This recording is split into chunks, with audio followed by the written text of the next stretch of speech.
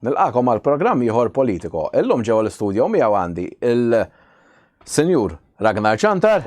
Nirringrazzjak tal-li aċċettajt l-istadina tiegħi. Grazzi intom. Mela, ejdinna daqsxejn fuq naf li tagħmel ħafna affarijiet differenti.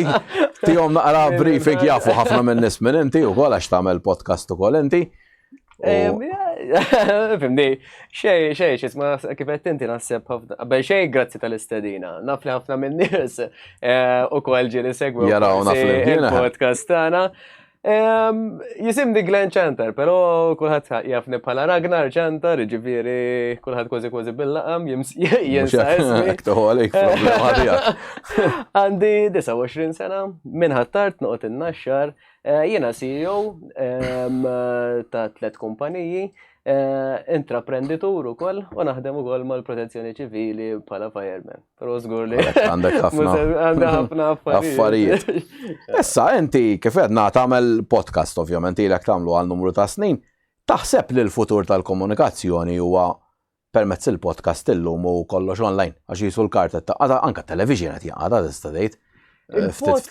Il-podcast ħanejtek, il-podcast huwa xi ħaġa letteralment ħanejtek ġdida, riċenti għal Malta, pero l-podcast barra minn Malta ilhom. U ovvjament it-trend dejjem qiegħda tikber, eċetera, u iktar mo ħan improvjaw, iktar mo ħan komplu mixjin il-qoddim, anka da pitada jkun hemm affarijiet oħra parti il-podcast, però huma l-affarijiet li huma online, ġifieri qegħdin naraw l-istazzjonijiet Maltin, pereżempju, għandek illum il-ġurnata podcast illi pala viewings tagħhom qegħdin jarawhom iktar milli naraw illum programmi fuq il-television normali.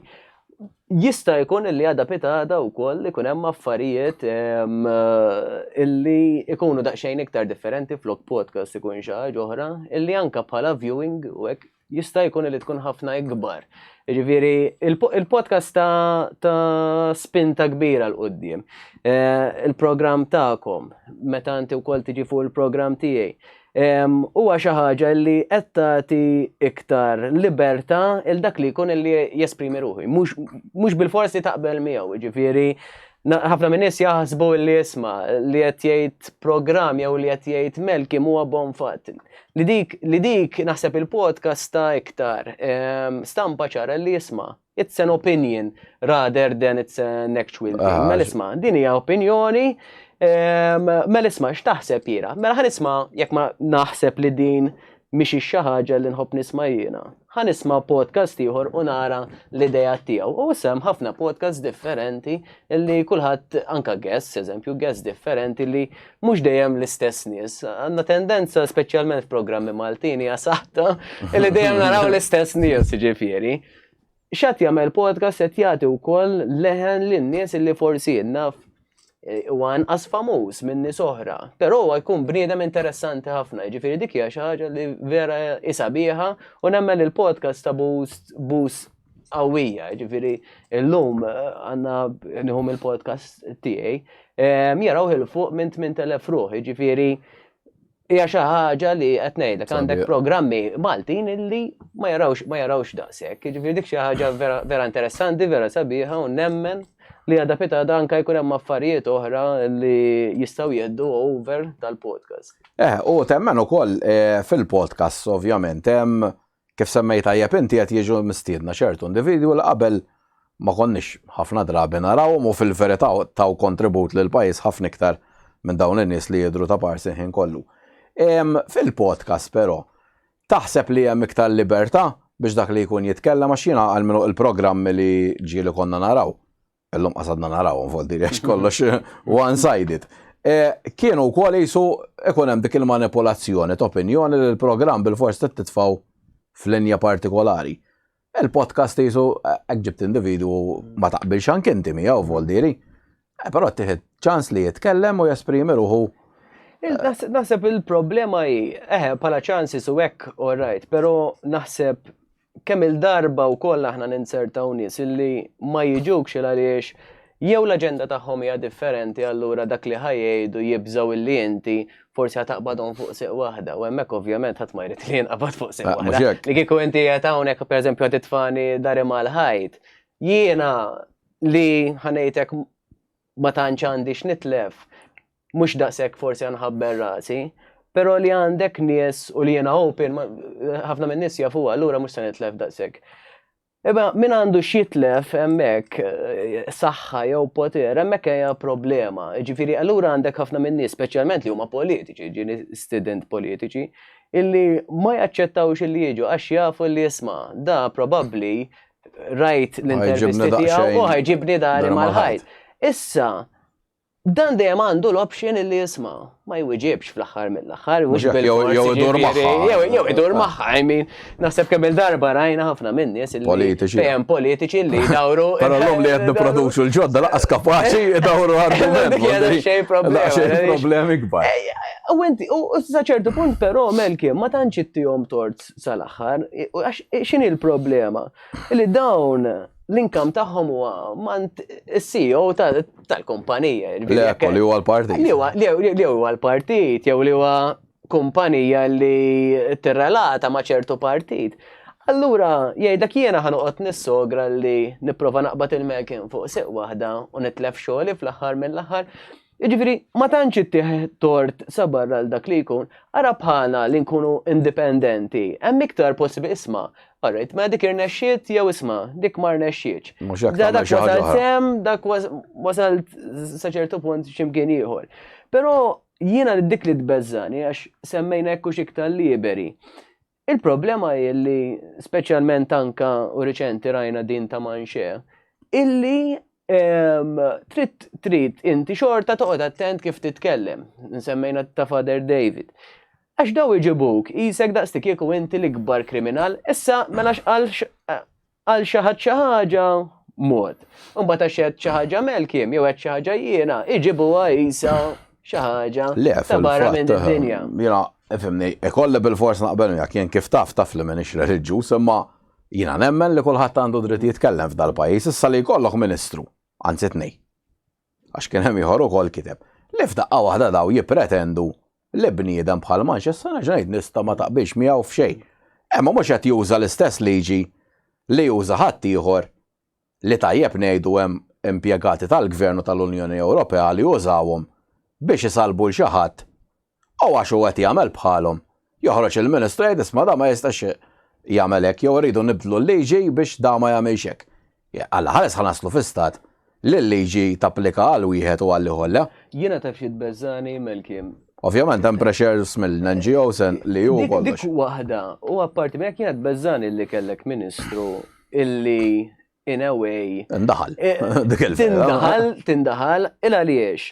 Mela inti anke issa din jekk hemm każ il-qorti jew tella xi ħadd il-qorti, mela hemmhekk inti hemm il-proċeduri li jieħdu sehem. Ma tistax inti tindaħal jew għaliex għandek is-saħħa inti Ministru tidħol fil-mertu ta' dal-każ diment illi irridu naraw x'ġaraw ma ġarax propja għaliex milli jidher jekk ħansemmu ta' Manxie kien hemm persuni illi daw kollu fil-verità mhux għax jitqgħu għax ukoll jinċitaw ġieli ovvju.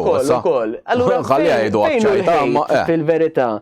Mela dan jekk ilu jgħidilhom isma' dak kien hemm ġieli ġrat anke f'bla condition u hekk illi meta inti kellek ħafna min nies illi nkollu jissemmu l-istess politiċi u hekk u forsi dejquhom kienu għalulhom isma' tibqgħux jissemmuna issa ċ-ċajta saret tedjanti, right?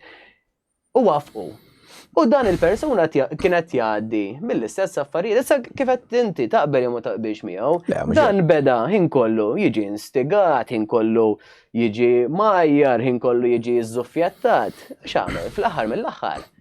Kemm ħaddhom inti taqla fuq jiena għalija, once li qedlek isma' tibqax tiċċajta mhijiex qed tiddejjaqni. Once li inti x'ismu komplejt u mbagħad allura m'intix qed tiċċajta, qed tibbuljani llum il-ġurnata, allura x'nagħmel? Fejnu, u din ġieli wkoll tkellimni fuq il-podcast tagħna.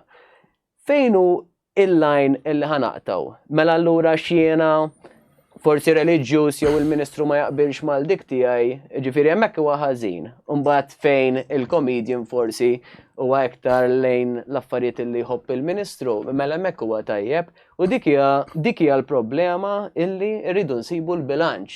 Però l-bilanċ ħadd ma jaf. Le, mhux jinstab u wkoll kif jiena wkoll bħalek ġieli ġibt l-argument għalfejn dawn ma jiċċajtawx b'reliġjonijiet oħra.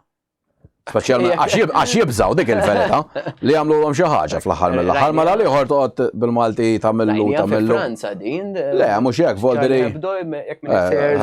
Ġifieri, kemm kienu ilhom din il-kumpanija kienet ilha toħroġ satirika fuq Muhammed. Kemm damet? U x'kienu jixxebaw jgħidulhom il-Musulmani isma' tiqpawx tiċċajtaw fuq Muhammad, mhux qed nieħdu gol. Mbagħad sfortunatament il-lidjat biex mietu. U jien naħseb da, għalmenu x'naħseb jiena da, inqala kollox. Għax da fil-verità Manxie ma kienx qed jiftaħ każijiet, imma mbagħad mhux tiftaħ fuqu għax jitkellem u jew xi ħadd minn tiegħu. Allura ovvjament għal ħanamel bħalkom speċi probabbli u jiena sewwa jagħmel għax voldri hija għalija imbarazzanti.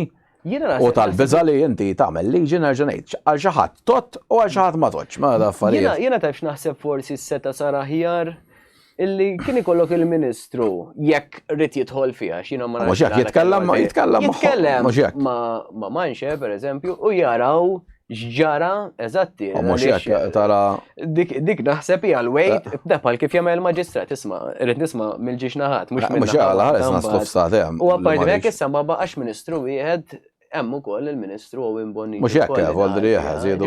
Dik irridu naraw li nibgħu. Tajjeb ngħidu voldri il-pudini jagħmluhom huma bil-liġijiet li daħlu. U issa x'hemm il-konsegwenzi rridu jaraw f'maħħaj waħlu. U donnu l-iktar da faċli target faċli li jeħel Manxie. Però saret trend naħseb. Le, mhux hekk jagħmlu l-merijiet u mbagħad naraw wara. Mela suġġetti ħolli naf li huwa qalbek ħafna u jinteressak huwa l-AI, l-Artificial Intelligence. X'taħseb fuq da suġġett? U għax ovvjament huwa vast ħafna u llum ħafna nies ukoll tkellimna wkoll ftit qabel jidher li anke kien hawn xi seminar illum u nies prominenti f'Malta li għandhom kumpaniji fl-IT u mawk ukoll qed speċi jgħidu isma' għamlu liġijiet għax hekk ħataħrab kompletament minn idejna di. L-AI huwa xi ħaġa interessanti ħafna huwa ħanejtek, relattivament huwa xi ħaġa ġdida għal ħafna minn nies. Ilu jeżisti però huwa xi ħaġa li l-improvement tiegħu tant qed ikun b'saħħtu li dan ġiġa ma nispjegaw daqsxejn in-nies x'inhuwa. Di hija xi ħaġa li intelligenza illi kif inifisem hija artifiċjali, sa mhix bħala persuna ħanejtek, però hija xi ħaġa li s'issa ħafna minnha hija computer based ħanejtek. Jiena kont għamilt podcast darba, kont tkellimt ma' persuna Alexej Dingli li huwa fl-AI u kont għetlu jiena tbeżżani għetlu l-AI, għetlu hija xi ħaġa li nemmen li għadapitadek ħatkun flit il-ħażina, ħajkun hemm affarijiet li huma impressjonanti u tal-bliħ, ġifieri li aħna l-umani għadna qas nimmaġinaw kemm tista' tagħmel ġid, speċjalment fil-kura tas-saħħa. Però mbagħad jekk din bdiet tiġi malma minn nies, x'se jkun hemm x'inhuma l-konsegwenzi? Nafu għandek minnu nies all-right u hekk għandek nies li l-intenzjoni tagħhom hija xi ħaġa negattiva sfortunatament. U meta bdejna nitkellmu hekk qisu ħalli lil di li jisma' kważi ħafna affarijiet pożittivi ħajkun hemm u jalla jien hekk kont qed nittama, però fl-istess ħin kont imwerwer xorta. U llum qegħdin naraw li l-AI għalkemm qed isiru ħafna affarijiet tajbin u diġà nafu, ovvjament dejjem tiżdied, però sissa huwa l-intelligenza hija 1000 darba iktar intelligenti mill-bniedem, jiġifieri jisek qed tgħid Albert Einstein għal ma nafx kemm. Ġifieri dik ġiġa. Immaġina dik kumparaw ma nofs il-poplu Malti. Dik hija ġiġa da xejn x'ismu. U dan ovvjament dejjem ikun hemm l-updates, dejjem times 10, ġifieri dan xi darba oħra. Għana konna naraw il-films ta' robots fejn bħala communication u hekk jibdew jitkellmu robots bejn nietu u aħna ma nifhmuhomx. Jekk jiġi Albert Einstein hawnhekk u jitkellem fuq il-fiżik, jiena żgur mhux se nifhmu. Aħseb wara dawn jitalmu l-lingwa bejniethom li ġiġa ġrat, jitkellmu bejniethom jikkreaw lingwa li aħna ma nifhmuhomx. U l-problema hija li sfortunatament nibża li l-ewwel nies ħajintilfu ħafna mix-xogħlijiet li ġiġa. U dik tidellef l-immedjat, folder it's a matter of time. Ġiġa jintilfu ħafna x'ismu. artisti per eżempju ritratti u hekk li jiena ngħidlu per eżempju Malta fi żmien il-gwerra ġib li familja ta' Parsi fi żmien il-gwerra. Taħdimilek 50 sekondi. Jiġifieri u anka iktar ma timprovja ġo split seconds u hekk, jiġifieri anka llum fuq l-editing forsi qegħdin hawnhekk li l-video jirrender jalek il-dik tiegħu nista' naqbad neqleb kollox dak il-ħin jew hekk għandek green screen, jiġifieri tant improvjaw li hija xi ħaġa impressjonanti.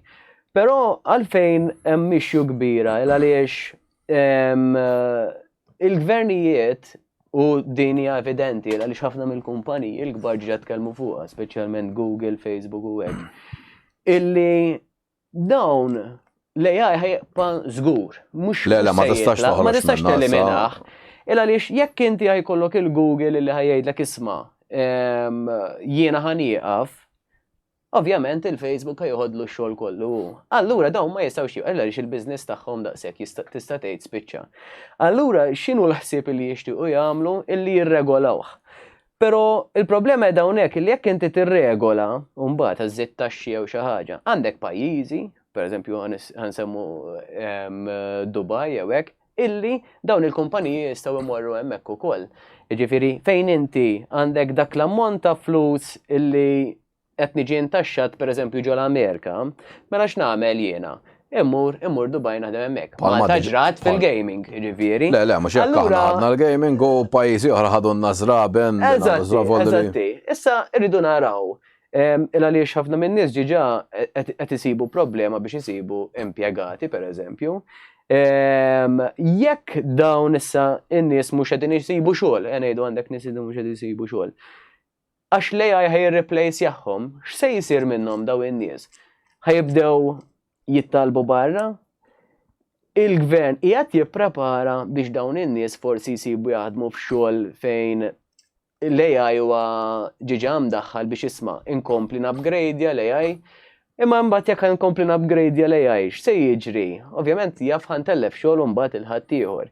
Allura rridu illi il-gvernijiet tad-dinja, mhux ta' tad-dinja, issir regola jew xi ħaġa speċjalment bħalissa taxxi biex tal-inqas nislowjaw il-proċess. Però mbagħad għandek problema oħra. Illi inti għandek nies li huma intelligenti ħafna fil-computing u s-sallum il-ġurnata fl-AI illi jaħdmu b'mod sigriet. Ġifieri għandek nies li huma underground illum li huma jew hackers jew whatever illi dawn xorta jistgħu jupgradejaw l-AI huma. Ġifieri dik hija xi ħaġa li hija daqsxejn. Da fil-fatt ftit ilu rajt intervista ta' Elon Musk u qal il-ħaġa kera di fiha li bniedem li sal-lum kienet jaħdem irrelevanti forsi electrician jinnaf whatever. Għal daħat murada fuq u tgħidlu isma' inti m'għandniex nambuk iktar. Għal da mux fħaġa waħda ħatiġri, għal ħatiġri pratikament kważi f'kollox. Għal xħajfdallu il-bniedem sens li jiex. Donnak minn tajja paċejn, għax għandek magna li dejjem aħjar minnek. Illi jekk inti l-AI tant se jsir tajja professjonali, il-problema li jaf jiġri huwa li jibda jara li jelna bħala nies żejda fil-verità. Allura x'jagħmel? Neliminawhom lin-nies fid-dinja. Jiġifieri dawn sissa forsi għadna fiċ-ċans illi naqalaw switch u ngħidu isma' daqshekk AI. Alright? Sissa. Però jekk din issa inti għandi programm jiena fuq il-computer u l-AI tgħallem biex isma' jaf jihhackja dak il-computer waħdu, għaliex l-intelligenza saret brillanti ta' dan l-AI. Mela waqt li għaddin hawnhekk dan f'daqqa waħda qabad ħadli overu. Jiġifieri dak l-element kollu li l-bniedem forsi kienet jasal xex aħna ngħidu aħna intelligenti ħafna. Però dan jekk ġiġa ħafna iktar intelligenti minna, ma nafux x'inhuma l-konsegwenzi. Issa dawn l-istess nies li qed issemmi bħal Elon Musk li kien wieħed mill-fundaturi tal-AI, jiġifieri tajjeb li ngħidu. Kolli jisom telqu. Kollha qed jitilqu. Għalhom minna żball. Għalu li għamlu żball, però issa jisu ħadd ma jaf x'se jiġri iktar il-qoddim. U għalhekk huwa importanti u llum ukoll x'konversjoni batlek link dal-għodu. Qed isir konferenzi wkoll biex naraw kif ħanittekil jew din il-problema. Rajna Minux ukoll li Clyde Caruana, l-Ministru, xtaq illi anka l-AI tidħol fejn jitlu l-miżuri tat-taxxa u hekk. Jiġifieri sa liema extent, jiġifieri daw in-nies li jaħdmu fid-dipartiment tat-taxxa. Dawn daqshekk tilfu x-xogħol tagħhom. Jiġifieri dawn ma kollha affarijiet li rridu nikkonsidraw. Bid-dipartiment tal-FIA kollha daw jiġu obsoletu għax dik il-verità li. Issa lejn huwa tajjeb, lan huwa tajjeb. Le, mhux hekk. Żgur. U naf li n-nies kollha li kreaw l-AI l-intenzjoni tagħhom hija xi ħaġa Mhux hekk imma dajsu bħal. Però ma tistax tgħid imbagħad ħadd ieħor kif Jisa bħal tal-bomba nukleari. Toħloq għax kellek bżonna xi ħaġa imma mbagħad fl-aħħar mill-aħħar. Ekku, l-AI interessanti ħafna. Li kieku l-AI neqpaw nużaw ħal-affarijiet li huma tajbin, brillanti, għandek xi ħaġa, anke jiena li kieku ma mmurx għax-xogħol noqgħod relax fuq il-bajja u jagħmel li kollox robot jew xi ħaġa. Issa għandek oħra, semmejt li Elon Musk. Elon Musk ġiġat jaħdem fuq robots li jistgħu jassistu lin-nies id-dar. Issa jekk l-AI jieħossib jirnexxielu jidħol f'dan ir-robot li qed jaħdimlek id-dar u jinfluwenzaħ b'xi ħaġa. X'se jiġri għandek robot id-dar li forsi sakemm qegħdin hawnhekk m'għamilli xejn, kif tlaqt jien għamel xi ħaġa lilek. Qed tifhem? Jiġifieri hemm ħafna affarijiet li huma questions. Parti minnha jisuħolqulu kuxjenza. Ekku. Li dik hija perikol għax il-kuxjenza tiegħek mhix bħal tiegħi. U dak ħajraġunaw bis-sens loġiku, da bħalma tista' ngħidu bniedem li huwa drug addict. Bniedem li tant kemm hu marit li ħajmut. Da fil-verità kif ikun irraġunaw bil-istint animalesk tagħna, tgħid isma' da m'għandniex nagħmbuh neħħi. Jekk dal-kuxjenza tagħhom di ħadd isma' daw m'għandniex nagħmbuhom, mela jaf ikun ma' anzjan da. U jgħidu isma' ħneħellis il-proċess tagħha. Kollox hija l-proċess tagħha. Issa issa jew l-anzjan ħajjejnu, jew inkella l-anzjan isma' ħaneliminaħ fil-verità. Il-proċess tagħha hekk dit naħseb ġieli naħseb anke ħafna min-nies li qegħdin segwuna. Il-proċess tagħha hekk kienet bdiet illi inti dibħa tfal li dan tibda jgħidu isma' dan huwa ballun u jibda jidentifika dan ballun. Ġieli anke meta kien isaqsik il-password kien jgħidlek isma' għażilli li huma lights eżempju u inti tagħżel dawk it-tlieta li huma lights. Għada x'beda jagħmel? L-AI beda jitgħallem isma' bħat-tfal. Isma' dawn huma l-lights u kif da ċabċablu bravu kemm bravu. U l-istess, l-AI hekk beda. Iktar ma beda jimprovja, iktar ma beda jara lights u iktar ma beda jara affarijiet, iktar tgħallem. Issa illum il-ġurnata tant tgħallem illi aħna ma nafux daqsu. Aħna ma nafux daqsu ġifieri kemm aħna nies intelligenti, però dan huwa 1000 darba intelligenti iktar minna.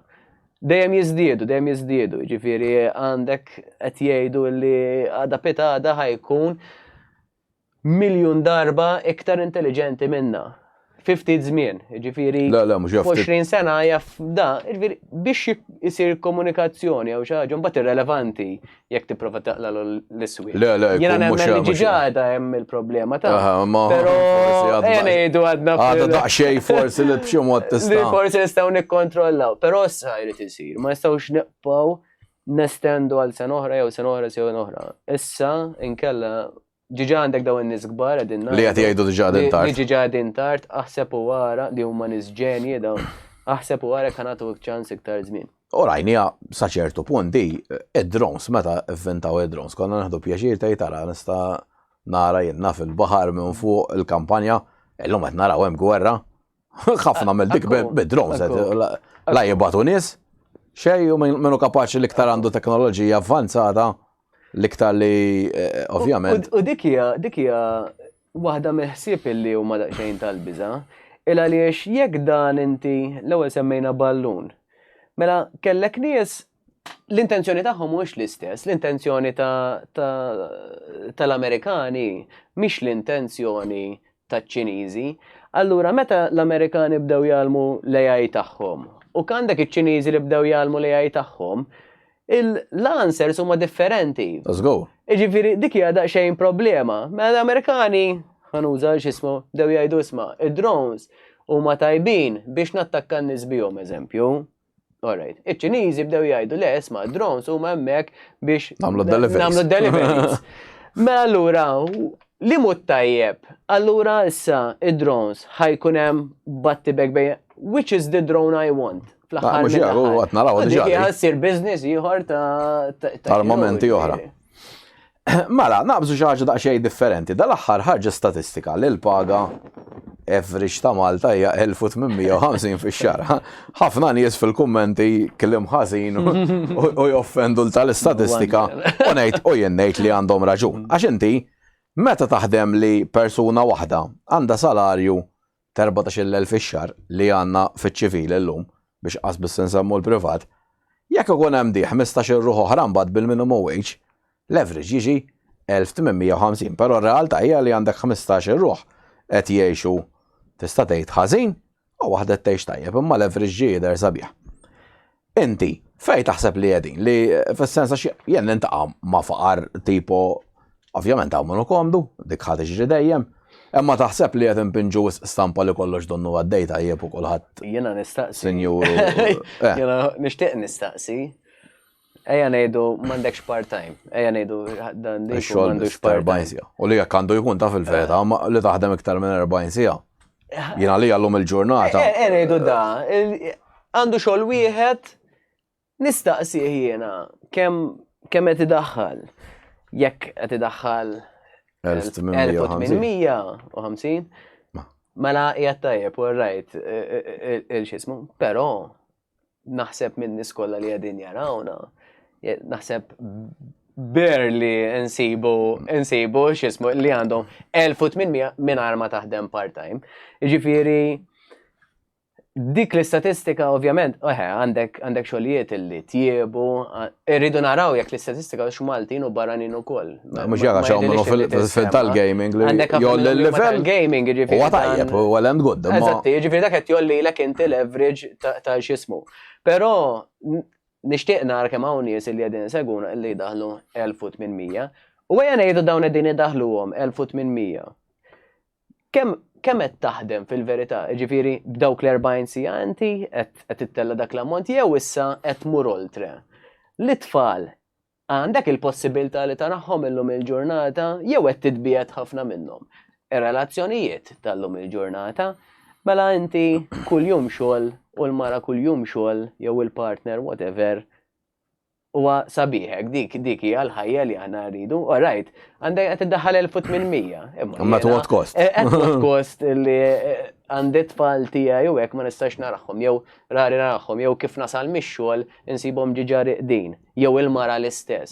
Jiġifieri jalla nixtieq nemmina dik l-istatistika, però hija daqsxejn jiena wkoll jiena kab biex nirranja affarijiet jiena ħajti gazdawn minna l-ora. Imma dejjem nipprova nsib il-ħin għalik, mhux hekk.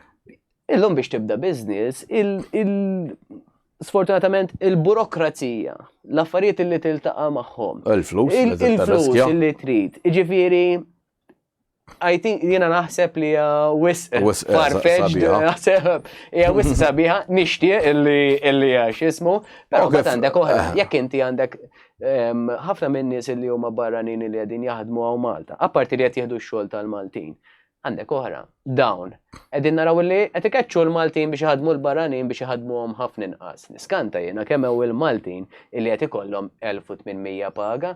Mhux hekk. Issa jew dawn u parti minn hekk jiena nara ħafna drivers pereżempju jiena f'karozzi bil-waj. Mhux hekk fil-fatt teħaw problema jien nitkellem ma' ħafna nies Maltin u għandek int suppost dejjem suppost għax il-liġijiet napplikawhom fejn jaqbel jien hawn liġijiet tal-Ewropa li inti mhux suppost iddum is-suq iktar minn ċertu ammont ta' sigħat fil-fatt barra meta ssiefer ġo pajjiż serju tipo l-Ġermanja l-Awstrija u hekk. Anka truck drivers ikollhom jibdlu. Jew irid jieqaf. Voldri u fil-fatt kien hemm argumenti li setgħu kienu validi wkoll. Waqt il-Covid kienet għax ovvjament ma bdewx isibu biżejjed drivers biex isuqu li tipo talbu eċċezzjoni daw. Hemm inti barra tittieqaf ma tiġi taħdem 16 sija suq il-karozza. U ovvjament Għedin naraw naħseb hija evidentament ċara ħafna. Accident, l-insurance seħen kollu jgħalew għax ovvjament dak kollhom. Dak li jkun onestu li jisuq kollox kif suppost u da jimxi mal-liġi qed tispiċċa toqlielu minħabba dawn l-affarijiet. Issa mhux qed ngħidu għaliex forsi ħafna minn nies jasbu li għax barranin li jaħdmu le xejn affattu. Jekk għandek Maltin li qed jaħdmu l-ammont ta' sigħat u Huwa ħażin, huwa ħażin. Huwa ħażin, il-ħażin huwa ħażin ma tistax tiġġustifikah. Il-problema hi illi jien ma nafx kif daw bil-forsi ridu jaħdmu ma nafx kemm il-sija biex ittella ammont ta' 1800 paga. Apparti minn hekk, għandek oħra inti għax inti mhux kemm pereżempju x semmejna tat-taxis, għandek il-wear and tear tal-karozza. Mhux hekk. Insurances li qed ngħidu issa wkoll ħajqpaw jolew. Jien naf għal-ħares għat-taħbat. Ġifieri daw kollha titfaħħom. Le, fil-fatt biex taraw wkoll il-ġen l-ispeċi jismek għandek karozza tiegħek privata. Donnu l-gvern isma' titnaqqas il-konsum, naqqas dik però taksi s-suq 16 sija kuljum. Hemmhekk mhux problema, laqwali b'xi mod jiġbor xi ħaġa tax-xaq. Biex titfa' l-flix. U mhux hekk, u jibatlek jibatlek ix-xarabank ukoll għall-anzjani joħodhom dawra jarmu żibel. Imma insomma. Jidher ukoll fil-fatt domanda oħra li kont ħanamillek. Qed ikonna ħafna accidents. Mhux Malta biss, però di qed narawha tiżdied ukoll fl-Ewropa fejn kellna każ ukoll reċenti fl-Italja fejn nies qed isuqu issa mhux taħt l-effett tal-alkoħol biss ta' cocktail ta' drogi fosthom anke l-użu ta' ħaxiix eċċessiv għax ifhimni toħu joint f'ġimgħa mod. Tibda mis-7 ta' filgħodu sas-7 ta' filgħaxija jew sa kemm torqod tpejjeb isek qed tpejjeb is-sigaretti qed toħloq xi oħra. Inti jinkwitak dal-fatt ta' drogi, donnu li issa wasalna fi stat li droga hija xi ħaġa ċċettata u taħdem x'taħdem kważi għamel li trid, m'hemmx konsegwenzi ta' xejn, u mbagħad suq jekk toqtol il xi ħadd u mbagħad jaralla kif kellna każijiet. Milux konna semmejna l-Kanada dawn qegħdin jellegalizzaw ġifieri sal-eroina, ġifieri l-eroina, kokaina, magic mushrooms, etc. Da pajjiż li żviluppat u hekk. Mhux hekk, mbagħad jgħidlek il-vape ħażin. Mbagħad jgħidlek il-vape ħażin.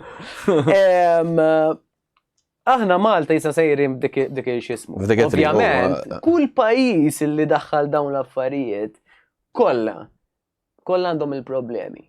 Però aħna għaliex naraw pajjiżi barranin qed daħlu din it-tip ta' trend, jisna jħossuna ħuta barra mill-ilma u qed nagħmlu xi ħaġa ħażina. Mela flok qegħdin naraw li isma' hemm in-negattiv dawn l-affarijiet u nafu li mhux qed jirnexxu. Imma xorta rridu li nkunu bħalhom, li blajta tal-libertà. Però hija problema għaliex kif qegħdin naraw qed ikun hemm ħafna accidents, jiena tiġi xtaqidli, jiena ngħidu isma' jiena darba kont għamilta din mistoqsija u meta kont se nistieden il-pulizija biex jiġu fuq il-podcast tiegħi, però mbagħad kif semmejtilhom mill-ewwel żammur. Kont qedtilhom isma' pulizija issa lum il-ġurnata l-issa li daħlet il-liġi jista' jpejjeb fuq il-post ta' xogħol. U kif qedtilhom hekk. Ħadd m'għandu risposta. Ħadd m'għandu risposta u kienu ma ġewx. Jiġifieri dan huwa xi ħaġa illi aħna li qegħdin fil-medja nitolbu u li għandna jkollna risposta fl-aħħar għax daw qed jirrappreżentaw lill-pubbliku. U donnu anke dik is-section tal-medja li tant ħadmet biex tidħol id-drog, issa daw id-domandi mhix issaqsihom. Mhix. Alla jbirek il-qwa li kulħadd jaffeċ. Foldri xi ħaġa. Jiena dik li nitlob, mela isma', mela qed ngħidu għall-libertà. Mela allura pulizija mhux liberu fil-verità il-xismu. Ejja nkunu onesti. Jekk id-droga tidħol legali, jekk jiena kelli aptit impejjeb joint, jiena ma nistax nagħmilha jiena, jekk dan kulħadd huwa liberu biex ipejjeb joint, jiena. Allura jien m'iniex liberu li nista' impejjeb joint. U serġen li jkun qed joperak m'għandux x'ismu mela allura l-libertà. Ħanerġgħu niġu li semmejha il-libertà hija għal kulħadd l-istess. Mela ora ejja ngħidu għax pulizija ma jistax u hekk. Mela jekk inti taf dal it-tfal tiegħek allura b'driver qed isuq it-tfal tal-iskola b'joint fideh qed ipejjeb jew pejjeb qabel kemm idum l-effett tiegħu. Imma allura daw il-mistoqsijiet ħadd ma jsaqsihom jien nixtieq nisma' il-Ministru jew in-nies li huma mdaħlin jew min daħħal din il-liġi x'inhu l-comparison ta' fiex ħanejdu isma' dak jista' jpejbu u dawk ma jistgħux. Għax din ħanerġgħu niġu għall-istess ħaġa. Min isuq forklifter, meta mhux ta' periklu għal ħadd ieħor u għalih innifsu, ibda minn hemm għalih innifsu, imma mbagħad għal ħadd ieħor. Ana ġieli semmejniha diment illi ħadd inti u forsi. Weġġajt inti, problema tiegħek. Kollu ħażin, imma ġibta inti bidejk.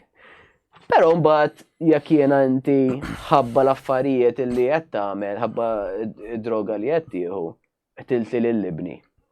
Hemmhekk rajna m'għandux tal-construction, mela nafu l-construction mhix qiegħda fl-aħjar livell, iwa kellhom imutu 5 min nies, 7 min nies biex jismu x'kienu l-konsegwenzi tal-ewwel Lavin Malta milux.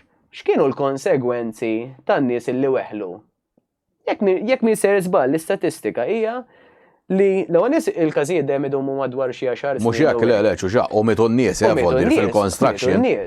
Mietu li nafu bihom. Mhux hekk. Bihom u r-riċerka li għamlu ta' Defni Caruana Galizja u tal-Lavin, eċċetera. L-ammont ta' nies daw għandek min kull ma weħel 1000, eżempju, jew 10,000. Qed bniedem 1000 euro. Daw x'affarijiet huma. Aħseb wara issa. Dawn il-konsegwenzi, ma nisma, liġi tista' tpejjeb. Allura daw il-konsegwenzi ser ikunu. U dik hija, riferi aħna din ngħidu li issa l-libertà qed nieħdu l-libertà ta' ħadd ieħor u lesti li noqtluh għall-libertà tagħna, sirna daqshekk selfish aħna. U jekk dak jitkellem għax jgħid isma' mhux sewwa xi ħadd iweġġani, qed ipinġu lilu ikraħ. Żgur. Boldri. U l-lum ukoll biex inżidlek hemm dalgħu. Sorry, Melki ħanwafqek. Pero jiena jiddispjaċini ngħid illi il-ġenituri naħseb mhux qed jaraw il-konsegwenzi. Le fil-fatt qed jaraw biss li nixtieq illi jiġġieldu ħafna iktar. Min qed minn Volderi għandek element kbir.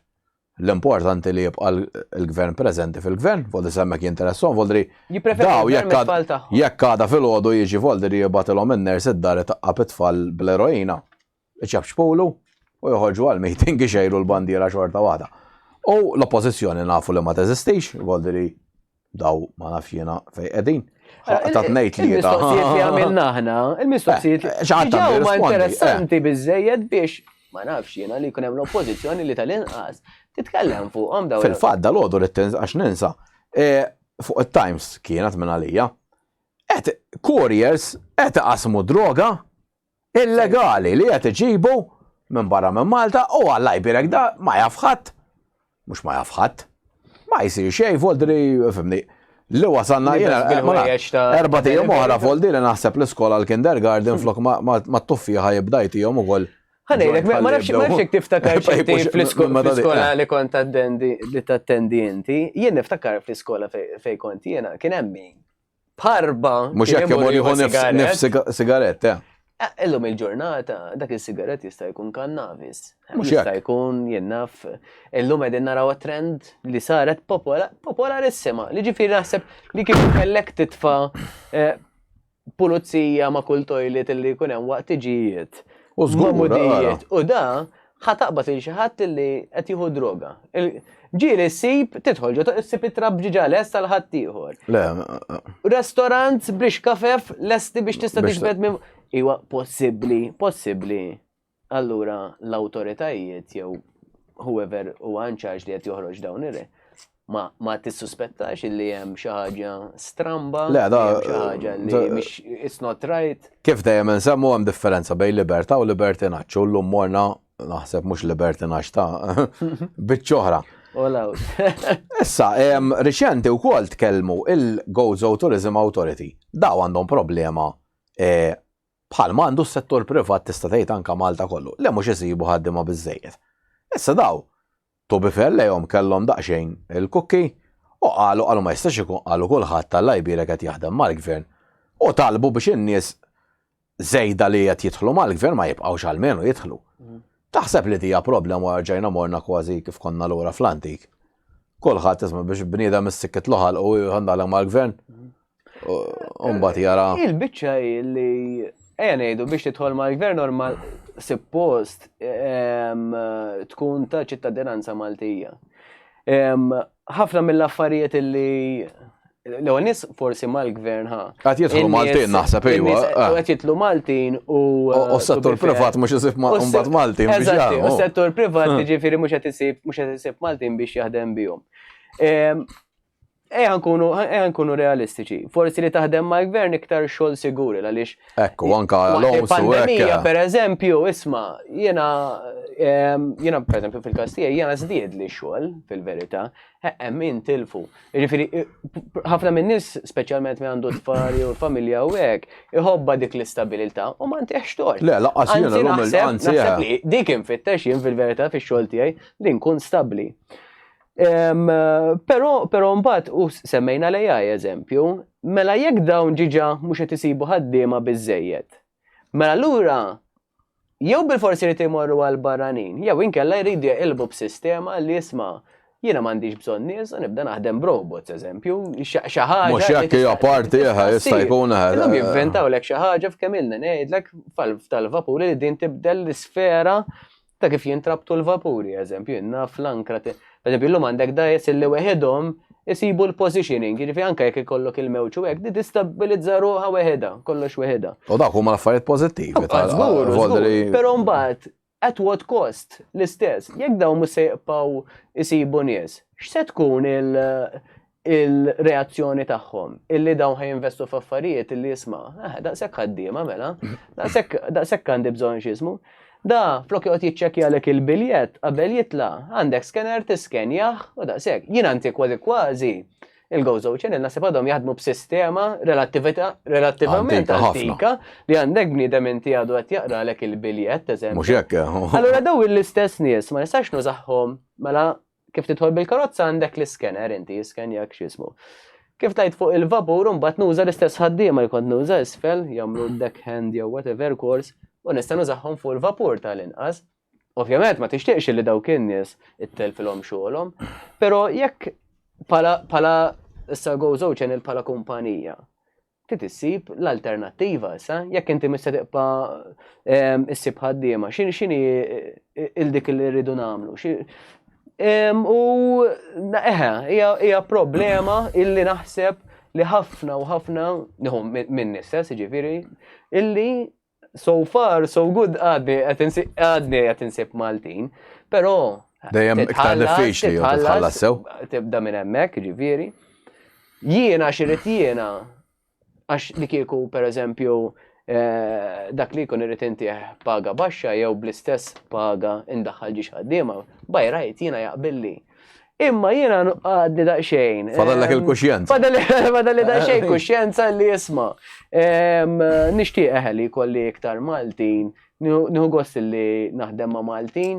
Għandi nies illi anka klijenti illi jixtiequ li jkun hemm Maltin illa ġieli issib problema fejn communication. U apparti minn hekk iħobbuha li jkollhom persuna Malti iktar mill-barani. Jew ġiri kollok nies li jgħidlek isma' jiena nippreferi mara milli raġel, imma l-istess għandek dawn il-klient. Mhux se niddejjaq inħaddem barranin, anzi, naħseb li kieku x'ismu għandi nies barranin li jaħdmu miegħi, però nipprova nżomm dak l-element Malti għadu ħaj fil-kumpanija. U inti wkoll għax fimnien ukoll jeddaq xejn fin-negozju, issejba problema li kważi tant kemm issa kollox sar jgħaddi, voluntary cheap labor, ma jtuhomx leave, ma jtuhomx bonuses, ma jtuhomx overtime. Li fl-aħħar mill-aħħar inti lilek jekk xi darba mhux ħadd wkoll għal dil-pressure ħadd iġi out of business. Għax inti għandek ejja ngħidu l-maġġoranza tal-poplu, ħajmorru għal prezz. Il-poplu mhux ħajqgħod fil-fatt ejja naraw is-sistema tas-supermarkets. Fejn imorru, fejn hu l-irħas, x'importom għax il-ħaddiema ħallasom forsi inqas jew nġibu l-prodotti minn pajjiżi fejn jaħdmu tfal il-prodotti. Fil-verità, noqogħdu nitfgħu il-video so dik fil-verità n-nies għal prezz imorru ħafna drabi u xejn iktar. U ma tihomx tort għax il-butu li hu. Imma hekk mhux ħajkun hawn kontroll minn fuq għal kulħadd, mhux għal ftit nies. Taħseb li ħana ġuf dik is-sitwazzjoni li hija sikkina ta' minn ġiex naħad. U għataj, ħafna minn nies dik li għal xismu, u kif qed ngħidu jekk inti il-paga mhux qed titservik sal-aħħar, bil-forsi trid tmur għal daw il-xismu. Il-kumpanija fl-aħħar mill-aħħar il-profitt l-iktar li jinteressa, jiġifieri. Però jiena għandi mentalità forsi daqsxejn iktar differenti naħseb minn ħafna businesses Maltin. u li sissa dejjem ħadmet, ma nafx how long it will Mhux last. hekk dik dak li tikkonsidraħħa. Jiena ħafna minn nies speċjalment Maltin jixtiequ jsiru miljonari millum għall-għada. millum għal-għada, ġifieri dik hija x'ismu.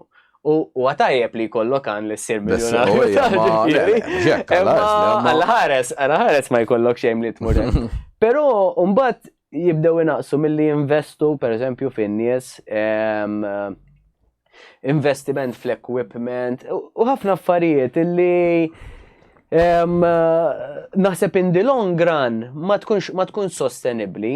Pereżempju li jkollok in-nies li żommhom tal-inqas fuq wiċċ li dejn, tgħid tal-inqas kif ikun hemm żikk, ħajjejnuk, mhux jabdu jitilqulek. Mhux jekk suppost. Ġifieri dik forsi ħatejn li jiena investejt f'ċertu equipment, veru rajt qed innaqqas mill-income fil-verità. Imma forsi kelli nerġa' ninvesti. Dik hija xi ħaġa li at the end of the day ħankun qed daħħalt inqas flus, però l-investiment li nkun għamilt naf li għal-futur ħajkun tajjeb ħafna, ħajjejni ħafna iktar. U għal-ħares kumpanija ma tinvestix fil-bidu għal-affarijiet, però ħafna minn nies jagħmluha. Jiena naħseb illi n-nies huma importantissimi fil-kumpaniji u jekk ħaninsew dak l-element tan-nies li daw fl-aħħar mill-aħħar għandhom il-familji u ħanaraħħom biss bħala flus, bħala oġġett. Hemmhekk nitilfu kollox. Jiena nħobb ħaġa. Jiena nħobb infittex naqafiet fiha. Jiena nħobb infittex il-professjonalità rather than kemm ħandaħħal flus. Jiġifieri għalkemm il-flus huma importanti, però nixtieq li dak li jkun qed jieħu servizz, mhux dejt bih forsi kellu bżonn xi ħaġa tajtu servizz u daqshekk nsejtu. Jiena nħobb anke follow-ups isma' x'dellek, kif kien is-servizz. Mhux tista' tirranġaw. X'nistgħu nirranġaw xi ħaġa, feedback. Inħobb nieħu l-feedback lura. U nies jieħdu gosbija dik il-ħaġa, tgħidli tlift xogħol ħabba li għax inti forsi daqsxejn iktar ola minn ħadd ieħor. Ejwa, żgur. Però fl-aħħar mill-aħħar nemmen li s-servizz jirbaħ. Jiena naħseb li kieku pereżempju jien ġieli mort nixtri ġo supermarket Malta. Ma l-ewwel zik li xtrajt f'dan il-prodott kellu problema, dejjem sibt customer service tajjeb u tawni jew refund jew tawni x'ismu. Ma allura jien x'nagħmel? Jista' jkun forsi daqsxejn iktar ola, però dak kif jinqala xi ħaġa solvili mill-ewwel. Tista' tkun insurance, mort għandha sma tkissilli mobile, dawk is-service li kien tajjeb. Mela allura għax xi kultant tal-itħallas ħatieħu. Mela isma' jiena x'nippreferi illi inħallas dik €20 iktar u għandi prodott tajjeb li kif jinqala riżik ninqeda jew inkella ħammur għal dak iċ-ċip li għadha pitada ħajġi jiswini ħafna iktar ola. Imma dik hija d-deċiżjoni li trid tieħu. L-istess flikel l-istess kollox, għandek l-għandha tonta żejt li għandha daqshekk proteina, tieħu l-oħra fiha ħafna iktar. Il-prezz ovvjament ivarja. Il-prezz ħajkun ola, imma l-oħra ħafna iktar tajba forsi għalija, imma mbagħad ovvjament kulħadd butu fl-aħħar mill-aħħar. Mhux hekk. Mela, ħansaqsik ukoll domanda żgħira, hemm fuq l-Ewropa, aħna llum parti mill-Ewropa. Enti temmen li minn meta tħanna, speċi jisu pinġawna stampa ta' ħafna affarijiet tajbin, kundizzjoni ta' xogħol ħajkunu aħjar, meta fil-verità naħseb ħafna affarijiet fallejna. U għandna l-kundizzjoni ta' xogħol. Jiena lija li bdejt naħdem man-nies qabel tħanna fl-Ewropa sew. Jiena lija dak iż-żmien il-kundizzjoni ta' xogħol kienu ħafna aħjar millum. Għalmenu għet li ħafna kumpaniji. U affarijiet oħra wkoll li speċi għalunna xorta ħażommu l-identità tal-pajjiż u dik. Meta fil-verità qed naraw jintilef kollu għax donnu rridu Ewropa issa kollha l-istess. Il-problema diki li lan li l-Ewropa kienet krejata għalih intilef kompletament. Jekk inti kellek għan li jisma' daw ħabba negozji jekk għal-ħares qed tinqala xi ħaġa kbira. U li kien tajjeb ħafna. Però once li intilef dak il-kunċett, mela hemmhekk għandek problema. Li inti għandek il-kulħadd li tridu kulħadd l-istess, dak huwa l-komuniżmu, ġifieri nafu xi problemi ġara meta kulħadd ikun l-istess. ma tistax jiena, anka sempliċiment fil-kaċċa eżempju, ma tistax għaliex għalaw Malta tajjeb biex jinqatel għal pajjiż ieħor huwa tajjeb, l-istess bil-kontra. Għal-minu fest, għal-minu tajjeb biex. U tal-kaċċa forsi nwaqfek sekonda, jien m'inhiex kaċċatur. Però di li jponġu Malta li kważi la safar tad-dinja naqsu ħabba Malta. Fodli xi ħaġa. U fl-Ewropa hawn kaċċa dik il-verità mhux joqgħdu jgħidulna. Minnhom mill-safar li hawn Malta u ma tistax għal barra minn Malta huwa pest. Inti għalfejn għandek ħafna minn Maltin li jitilgħu barra la jien m'iniex kaċċatur, ma jitkellem ħafna kaċċaturi li jitilgħu barra biex jaqbdu la safar. Għaliex l-għonis għandhom varjetà ħafna ikbar. U fl-istess ħin, għaw Malta u ħafna restrizzjonijiet, issa restrizzjonijiet ħanarawhom f'diversi affarijiet. Bħed idħol festa u kultura, ħabba sound, tal-qniepen, ġiġa bdejna, nibdew nattakkaw ftit l-affarijiet, ġifieri ma tistax kollox. L-istess għal kulħadd ma taħdimx. Ma taħdimx li inti li kun hemm liġijiet forsi li huma standard sa ċertu punt. Per eżempju semmejna l-ewwel driving. Mela barra għandhom il-highways. Malta m'għandniex highways, allura rrid inżomm l-istess liġijiet li hemm fil-highways. Mhux hekk ma tagħmilx sens assolutament. Ma tagħmilx sens. Jekk fondi per eżempju barra li hu tagħti għal highways eżempju. Malta ma nistgħux nużawhom għal sqaqin, ħanivvinta x'ismu. Jiġifieri allura Malta ma tieħux fondi fejn jitlu dawk l-affarijiet, irridu nsibu il-bilanċ li dejjem kif semmejna dejjem hija l-problema. Lan kien tajjeb li lan tagħha kien tajjeb u naħseb l-istampa li bdew ipenġu sa ċertu punt. X'kienet xi ħaġa li timmotivana biex nitlu flihu u għalfejn le fl-aħħar mill-aħħar kull partit nieħdu partiti Maltin ħajsemmilek is-sabiħ mhux se joqgħod jgħidlek l-ikrah ġifieri. Però naħseb kien hemm ħafna affarijiet li ma ntqalux jew inkella ma kienx jeżistu dak iż-żmien u li mill-ġurnata tant bdew jitlu affarijiet li inbidlet. Kellna politiċi Maltin li kien ma ridux jitlu fl-Unjoni Ewropea, u mbagħad marru jaħdmu fl-Unjoni Ewropea, ġifieri forsi għal dak iż-żmien kienu jaraw xi ħaġa kera u llum il-ġurnata tjaraw il-paga kienet tajba. Tara l-paga, eżatti, ġifieri dik hija xi ħaġa li trid tikkonsidra fl-aħħar mill-aħħar. Però naħseb huwa importanti li speċjalment l-MPs li hemm, naħseb sissa wieħed li naf li qed isemma leħnu sewwa li huwa Alex. Saribek nisem. Naqbel miegħek fil-fatt. U naħseb dak il-persuna illi fil-verità hemm ċertu issues, mhux għax l-oħrajn ma jagħmlu xejn tajjeb xejn affattu, però qed ikun naħseb iktar realistiku f'ċertu affarijiet li u jadressja l-problemi tan-nies milli ċuxati li. Ħanejdlek kemm meta kien hemm Joseph Muscat kien għallhom x'jiġifieri m'hawnx translation bil-Malti. Il-Maltin il-lallu. Għabes għadri.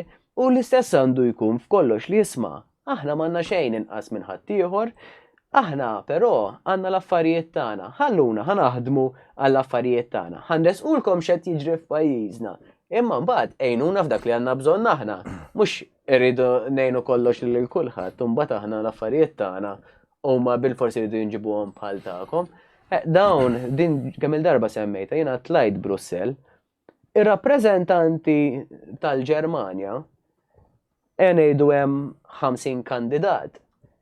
Malta, kull manna ngħidu għandna 6. Tajjeb, ma nafx hekk jiżdiedux jew hekk għadna ma nagħmlu. Ilhom ma jiżdiedu. Ilhom ma jiżdiedu nara. Fil-Parlament żdiedu ma nafx kemm qed niżdiedu l-popolazzjoni jafiduna xi ieħor. Malta ma nafx kemm żdiedu nies fil-Parlament. Storja. Mela ngħidu għandek 50 persuna inti li qed jirrappreżenta l-Ġermanja. U għandek 6 min nies li qegħdin jirrappreżentaw il-Malta. Ovvjament, inti min ħajirbaħ fil-verità, mhux fejn għandek il-Ġermanja li għandek ammont kbir ta' nies, jekk ħajaddu liġi, mhux fejn għandek il-Ġermanja. Irfir il-Maltin iridu 6 persuni li għandna fil-Parlament Ewropew iridu jipperswedu lil dawk il-50 persuna Ġermaniża biex tidħol Li iktar diffiċli. dik li rridu aħna pereżempju, li hija diffiċli ħafna. Kemm il-darba tiġri naf l-MPs Maltin illi jiġġieldu għal Ġieli ma Però ovvjament fl-aħħar mill-aħħar biex tipparswedi 50 persuna hija daqsxejn problema. Jekk misser żball hemm iktar, però. Hemm iktar ma għax id-design għandhom il-Ġermanja xi ħaġa. Issa però fl-Ewropa tara li hawn problema ngħidu daw l-aħħar 10-15 sena ta' leadership. Fis-sens, rajt ikollok il-gvern jitla' jinbidel jitlieħor. Però fuq ix-xena mondjali, il-palk ormai ħaduh iċ-Ċina, l-Indja, ir-Russja, l-Amerika sejra lura imma hemmhekk. U donnu l-Ewropa għalkemm aħna noqogħdu naraw, però ovvjament hekk ħatara l-Euronews, tipo x'ħadar iżek ftaħt is-Super One tal-Ewropa jew il-Net TV tal-Ewropa. Fil-verità tlifna ħafna mis-saħħa li kellha l-Ewropa bħala. Ara, jekk għassemmi leadership, naħseb kelli ngħid skont fiex, għax jekk għan jieħdu leadership fejn jitlu l-affarijiet tal-LGBTIQ u daw, għeddin ħafna fuq, ġifieri tlajna ħafna f'livellu li. Jekk qed nitlu f'ċertu affarijiet jinnaf fuq dawn tal-green u hekk. Għal-kem hija xi ħaġa li l-lan tagħha huwa tajjeb. Mbagħad qed neġu bla xogħol. L-lan huwa tajjeb u leadership fejn jitlu daw, qed naraw għax dat jaqbad jgħidlek isma' 20 jew 2030 il-karozzi bil-forsi jkunu elettriċi, mela hemmhekk ħadu stand ta' x'ismu. Il-problema hija illi nemmen li dawn in-nies li qegħdin qed jieħdu d-deċiżjonijiet mhumiex qegħdin jaraw the bigger picture. L-istess kemm il-darba semmejta jien anke fil-podcast tiegħi fejn il-karozzi elettriċi huma ħajkunu problema. Sakemm mhux se jsibu xi ħaġa li isma' ħatkun ħajinqata' child labor, ħajinqataw, pereżempju, milux għax l-ewwel semmejna l-AI. Hemm fabbrika llum fiċ-Ċina illi tikkrealek karozza Tesla 45 seconds. Jiġifieri dik ħatejn biex jinqata' child labor fil-verità, però mbagħad ara kemm ħajmutulek nies għax dik li daw kien ikollhom forsi ġurnata għandek Paolo Ross. Mhux ħajkollhom. Ġurnata mhux ser ikollhom. Il-konsegwenzi tal-electric cars, ħaġa oħra, mela id-dinja, il-leaders illi għandna qegħdin battibek inkollu maċ-Ċina u hekk.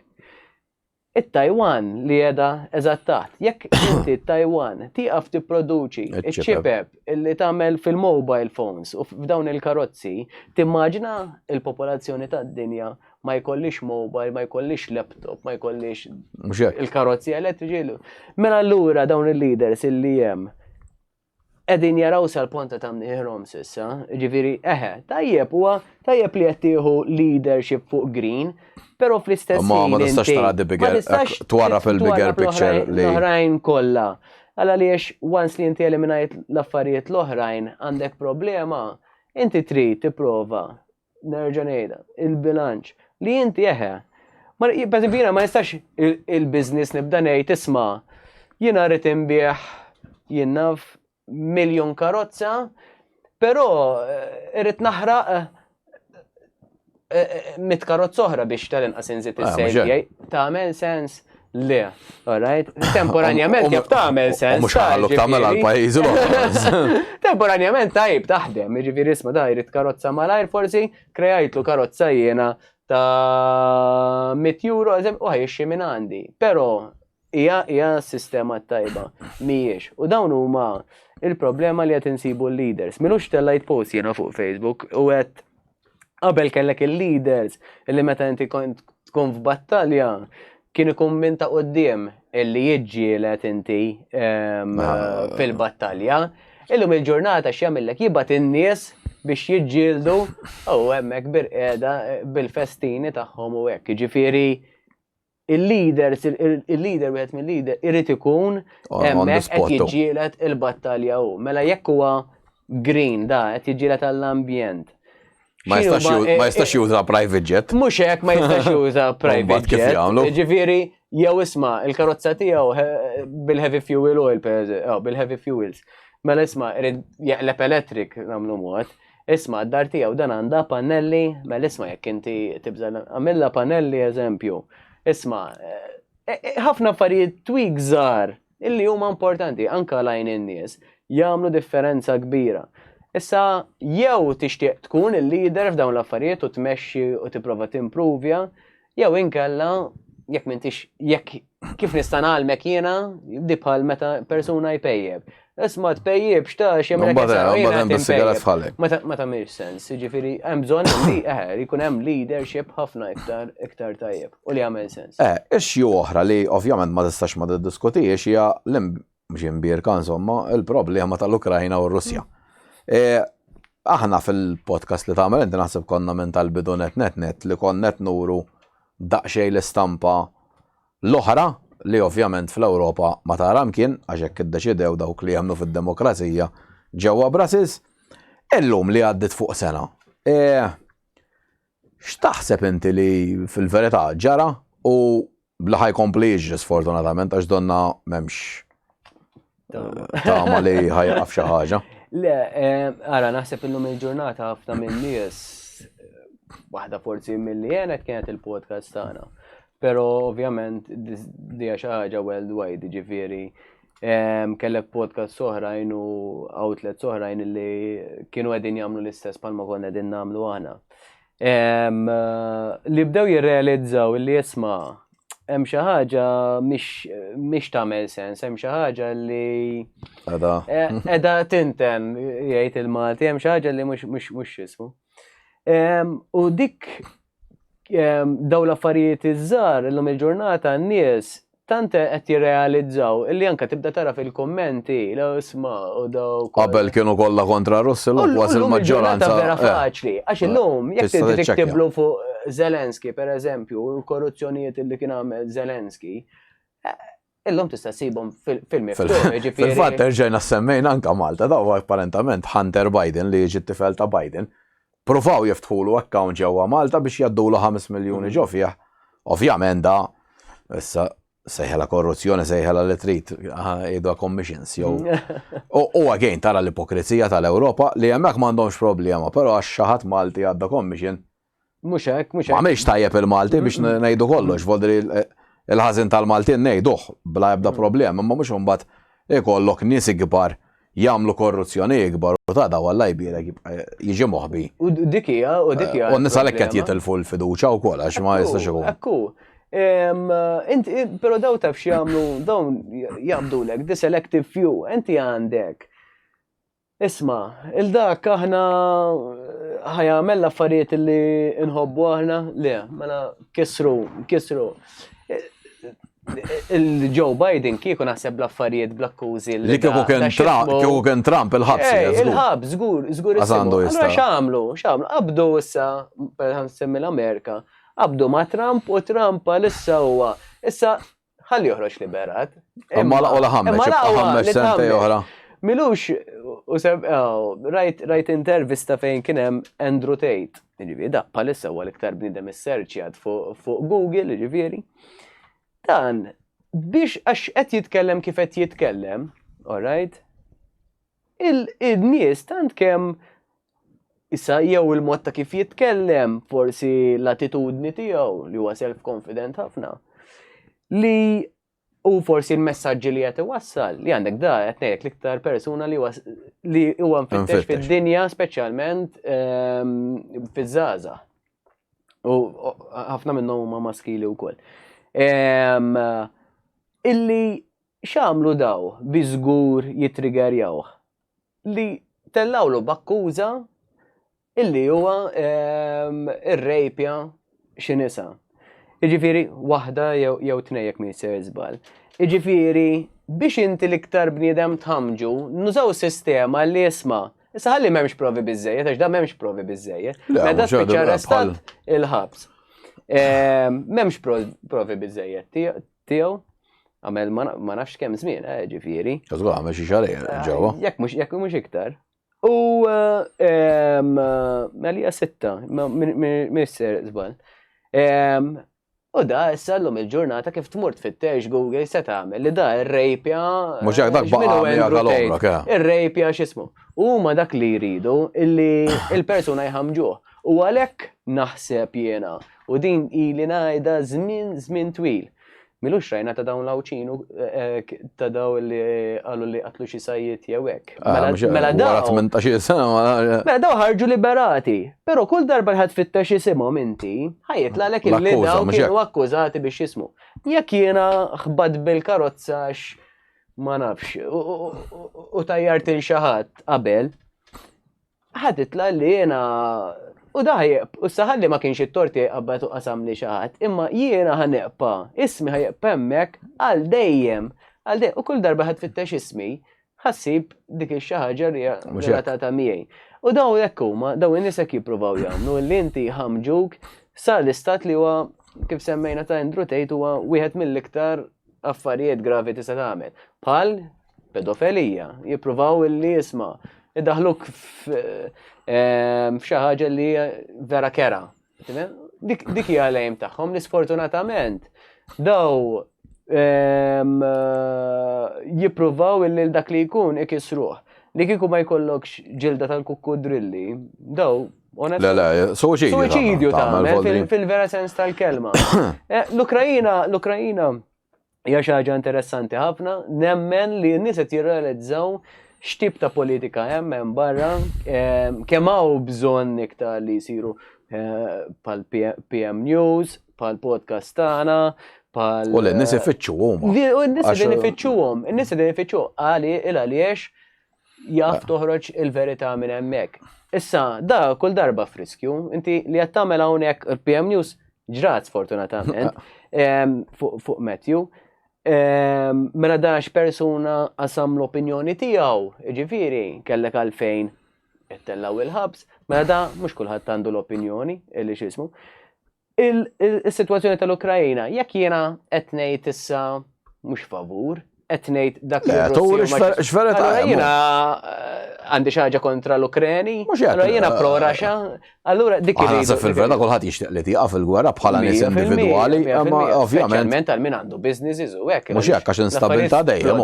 Ġifieri għandek nies qed imutu innoċentament. Nies qegħdin ibatu, l-expenses splodew, ġifieri, ħallija għandek nies oħrajn li jużaw l-iskuża tal-gwerra, però l-affarijiet, ovvjament, meta d-dinja tkun qiegħda stabbli, tkun qiegħda in a good place. Mhux hekk. Daw il-leaders mbagħad għandek ħaġa li kif jaraw kważi li d-dinja qiegħda pożizzjoni stabbli, jaraw se jagħmlu, se jivventaw biex tinqala kwistjoni ishom bil-forsi jridu il-battibek. U ħafna minnhom hija l-Amerika li di ħafna minna. Mhux hekk taqla l-inkwiet dejjem. U taqla għandek kemm kbir mill-armi mill-beħ mill-armi fl-aħħar mill-aħħar. Fil-fatt biex nżidu wkoll xi ħaġa għall-aħħar domanda qabel tal-aħħar tiġi. Ukoll in-nies hekk iridu jistgħu jfittxu. Jum ilu jew xi tlieta tkellem ovvjament Putin bħalma jitkellem normali, nfakru da kellu jmut xi minn darbiet b'kull marda kellu imma għadu ħajż issa. U ħareġ dokument iffirmat da ftit xhur ilu kien hemm Boris Johnson. Pruvaw jilħu ftehim ta' paċi u jien nemmen li jekk għandu jkun. Intaqgħu iż-żewġ naħat kien hemm anke l-President li kien ta' Chelsea bħala medjatura ġewwa Russu u kien jgħix l-Ingilterra allura prova dik. Da iffirmaw li l-Russja għandha toħroġ twaqqaf l-attakki fuq Kiev u tertira lura lejn il-Krimea u d-Donbass biss. U fil-fatt ir-Russja hekk għamlu u fil-fatt daw bdew jgħidu għax issa rebħu l-Ukrieni ħajrtiraw bla bla bla.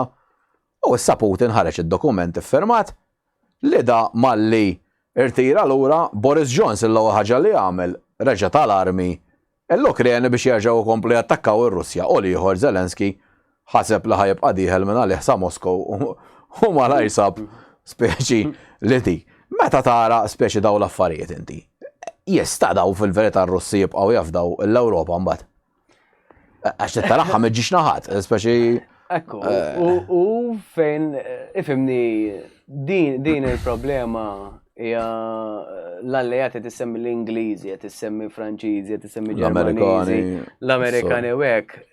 dija xi ħaġa li anka fl-Afrika kemm jgħidu li biex ngħinu u hekk u mhux jmur jgħoddu, il-prinċep u r-re u da.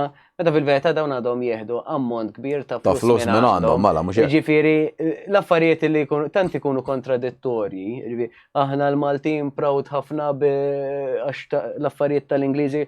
Ma x'għamel Boris Johnson kien l-ewwel wieħed illi bella. Aħna l-arrifa huwa. L-arriva, ġifieri kemm irħobbuhom l-Ingliżi. Però bella u jitħaq fil-Parlament, ġifieri kienet xi ħaġa li x'ismu. Boris Johnson ukoll kien persuna li abortixxa ġiex titfal tiegħu, ġifieri dik xi ħaġa oħra li fil-karattru tiegħu forsi ħafna min-nies ma jsemmuhiex, ġifieri da imbilli huwa irnexxi li abortixxi tfal tiegħu. Aħseb u wara kemm ħajinteressa u mill-Ukreni.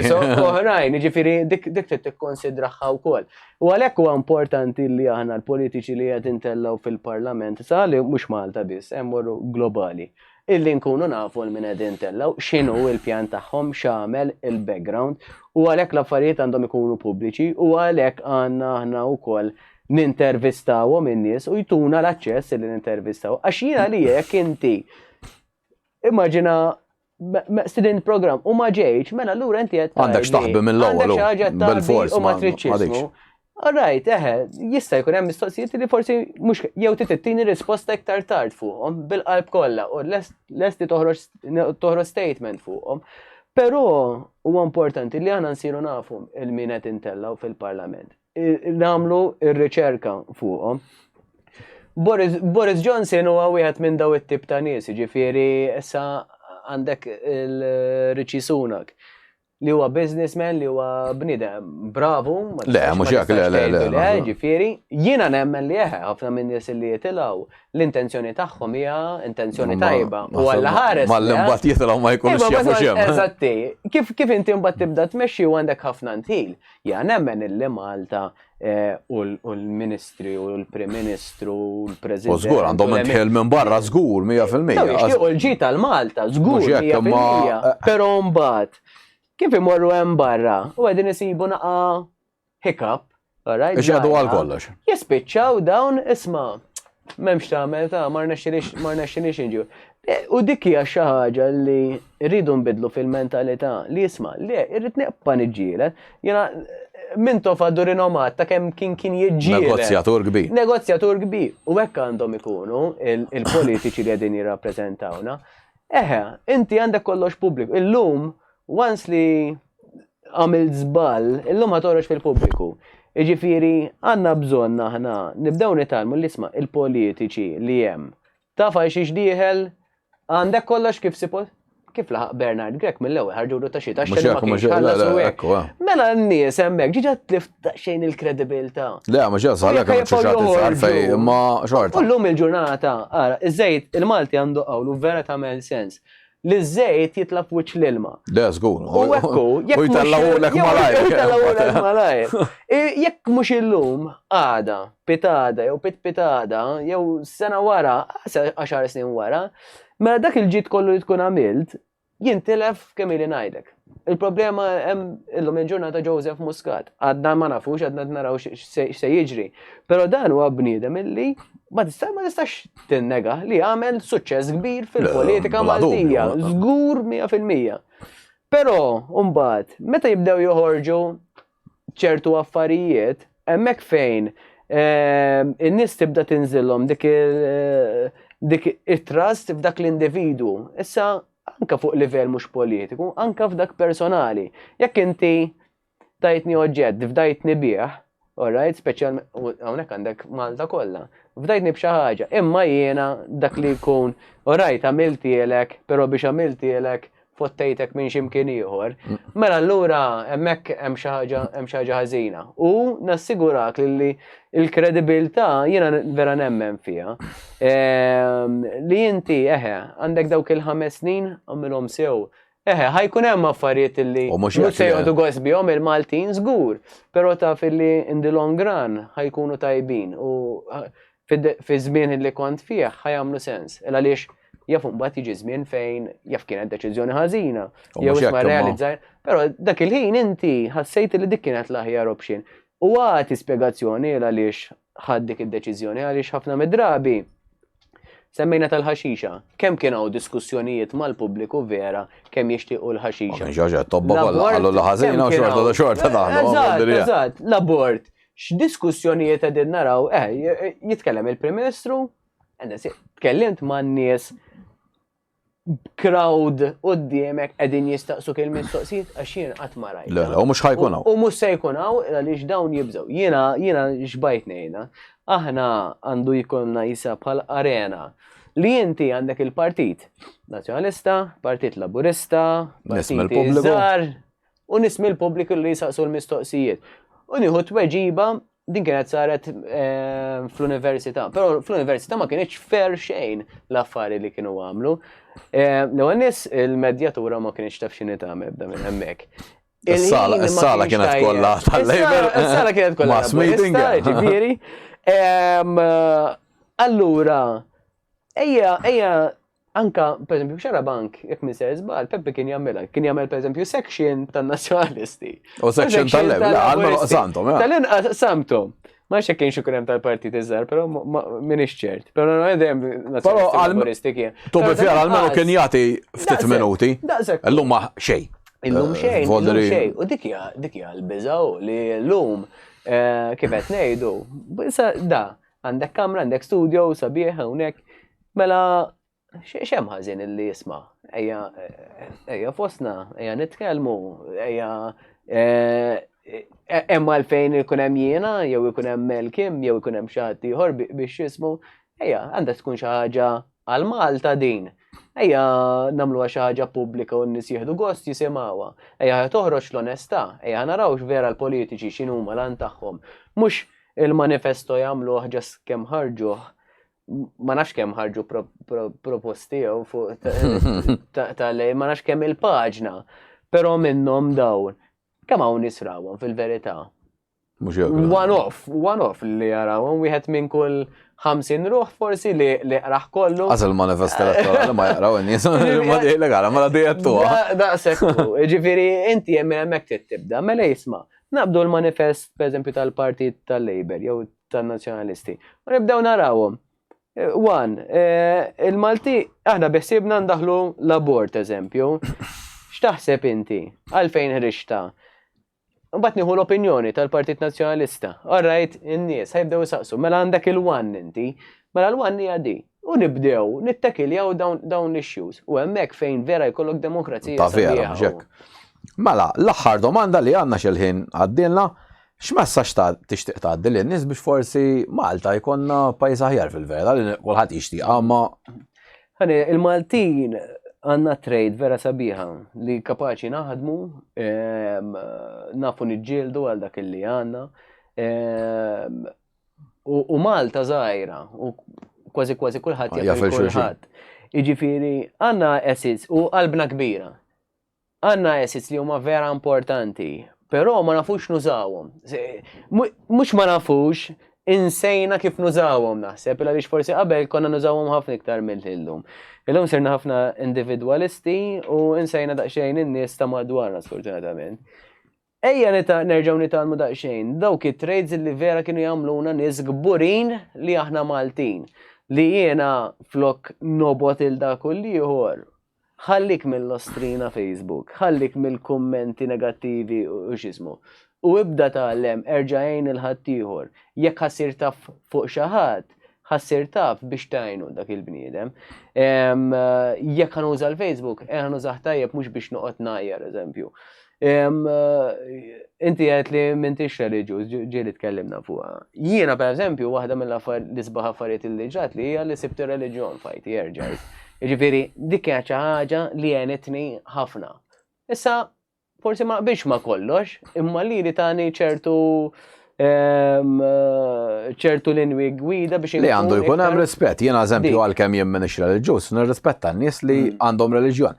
Jien il-problema li qed nara li daw li minn għalihom li jafu kollox u di iridu kulħadd bħalhom. Bil-fors ma temmen f'xejn, jajru kax inti temmem xi ħaġa u hemmhekk naħseb li żball. U hemmhekk li Jien qed temmen forsi ġo moħħi ngħidu xi il-modoffijiet. Ekku. Għandi dritt ngħid, imma m'għandix dritt mbagħad noqgħod insulenta kun U għajrek. dik is-sabiħ li jekk forsi jiena sibt ir-reliġjon u inti le, li xorta insibu hekk. kompromess bejnietna u vera u mhux għax wiċċek għandek karattru tal-ġen u vera inti bniedem illi taċċetta u tikkomunika għandek wej tajba ħafna biex tikkomunika, ġifieri dik hija xi ħaġa li bejnietna anke jiena hija forsi jinteressak ċertu affarijiet u jiena jinteressani ċertu Mhux hekk affarijiet. hemm, battejn il-xulxin. Battejn xulxin kif f'dak diħu. li hemm, ġifieri dik hija xi ħaġa sabiħa ħafna. Mela ejja nsibu iktar il-bilanċ.